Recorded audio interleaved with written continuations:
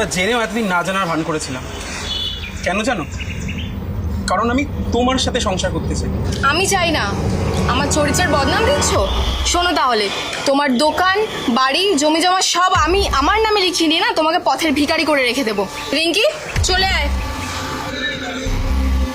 না, তুমি যেখানে যাচ্ছ যাও, শুধু মেয়ে আমার কাছেই থাকবে।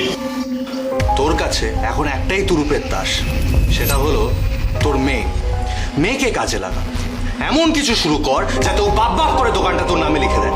আগে দোকান, তারপর আস্তে আস্তে বাড়ি, জমি, আস্তে আস্তে সব কিছু, এভরিথিং। মেয়েকে দিয়ে দাও। না, মেয়ের ওপর তোমার যতখানি অধিকার ততখানি আমারও অধিকার। তুমি মেয়েকে ভালো ভালো ছাড়বে নাকি মরবে? কি হলো, ছাড়বে না মরবে?